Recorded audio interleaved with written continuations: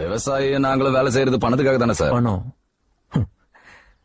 உங்களுக்கு 2 மாசம் சம்பளம் கொடுக்கலன்னா என்ன பண்ணுவீங்க? எங்க சேவிங்ஸ்ல எடுத்து செலவு பண்ணிப்போம். அதே உங்க கம்பெனி 6 மாசத்துக்கு சம்பளம் கொடுக்கலன்னா அந்த ஜாப் ரிசைன் பண்ணிட்டு வேற ஜாப் தேடிப்போம். விவசாயிகளும் அப்படி நினைச்சா நம்ம நிலைமை என்ன ஆகும்? 2 வருஷத்துக்கு ஒரு தடவை சம்பள உயர்வு இல்லைன்னா ரோட்டுக்கு வந்து ஸ்ட்ரைக் பண்ணுவோம். ஆனா விவசாயி மட்டும் வருஷம் ஃபுல்லா கஷ்டப்பட்டு உழைச்சி லாபமே கிடைக்கலனாலும் மறுபடியும் அந்த விவசாயத்துல உழைச்சி கஷ்டப்பட்டு லாபமே இல்லாத அந்த விவசாயத்துல உயிரே வச்சிருப்பான்.